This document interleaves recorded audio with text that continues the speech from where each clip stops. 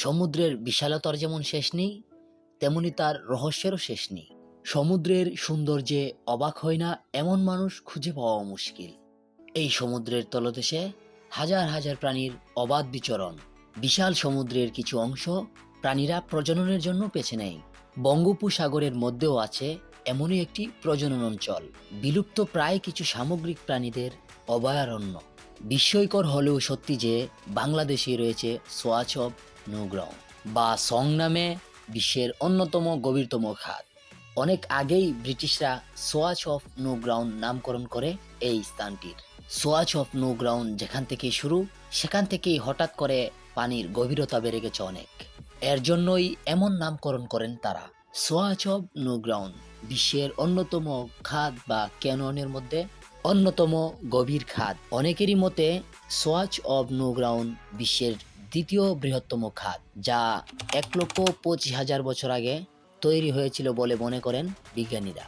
Swatch of no গ্রাউন্ডের অবস্থান দূরে কোথাও নয়, যা আমাদের দেশেই বঙ্গোপসাগরে অবস্থিত।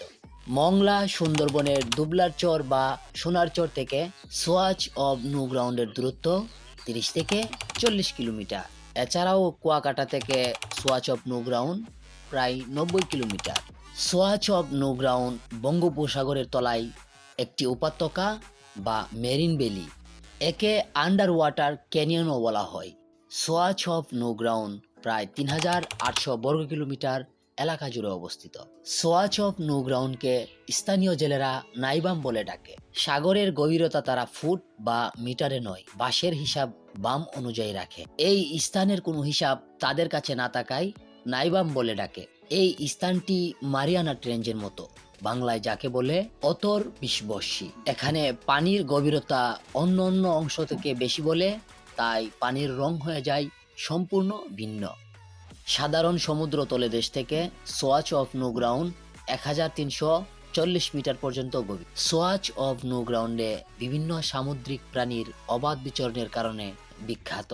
সমুদ্রের অন্য অন্য অংশ থেকে গভীর হওয়ায় এখানে বিভিন্ন ধরনের সামুদ্রিক প্রাণীর অভয়ারণ্য গড়ে উঠেছে। এর মধ্যে উল্লেখযোগ্য হল তিমি পপাস ডলফিন এবং পৃথিবীর বৃহত্তম ইরাবতী ডলফিন, গোলাপি পিটকজু ইন্দো প্যাসিফিক ডলফিন, মসৃণ পিটের পাখনাহীন ইম্পস ডলফিন। আসলে swatch of no ground dolphin এবং তিমির hotspot. Swatch of no ground পৃথিবীর একমাত্র স্থান যেখানে এই 3টি স্তন্যপায়ী প্রাণী একসঙ্গে পাওয়া যায়। আরেকটা বিষয় লক্ষণীয়, সিগাল পাখির অবস্থান নির্ভর করে অনেক সময় তিমি বা ডলফিনের অবস্থান বোঝা যায়। যদি দেখেন সিগাল পাখি পানির আশেপাশে চক্কর দিচ্ছে, তাহলে আশেপাশে তিমি বা ডলফিন আছে বলে মনে করে নিতে পারেন। জানা যায় সোয়াচ অফ নো গ্রাউন্ডে 1863 সালে গেটফ্লাই নামে 212 টন ওজনের একটি ব্রিটিশ জাহাজ ভারত থেকে ইংল্যান্ডে বিপুল পরিমাণ ধনরত্ন নিয়ে যাওয়ার সময় ঝড়ের কবলে পড়ে ডুবে যায় এইখানে। তো আজ এ পর্যন্তই, দেখা হবে অন্য কোনো ভিডিওতে। আমাদের চ্যানেলটি সাবস্ক্রাইব করে পাশে থাকা বেল আইকনটি বাজিয়ে দিন। আসসালামু আলাইকুম।